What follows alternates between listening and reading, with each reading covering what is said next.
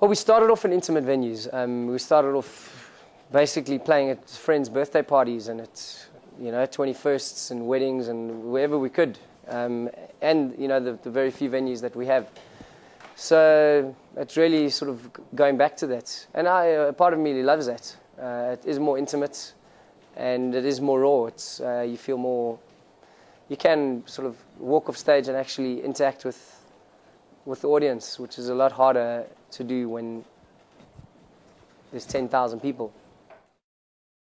Funny enough, we actually all went to the same primary and high school, and we were sort of familiar with each other, but we weren't really friends.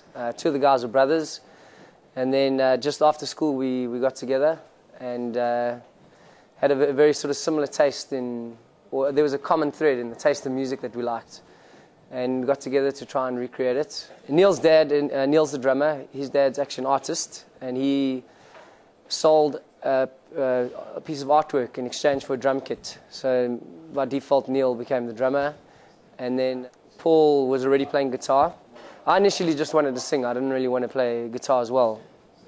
So I sort of learned that a while later. And then Glenn, who's Paul's brother, he actually knew how to play piano. And the only instrument left was bass. And he was like, I want to be in the band, I'll play bass.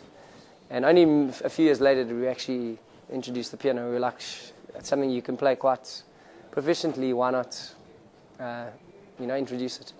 Yeah, when we initially started, most of the bands around us were very American influenced. Sort of that, it was either grunge or that sort of punk vibe. The British scene was actually insignificant in South Africa. The way we got to listen to that music was through tapes, and they weren't even the originals. It was copies of tapes from cousins, older cousins and friends, and people that had been abroad and brought it back, and then it sort of spread virally like that. It was never big on radio, it was never big in the media.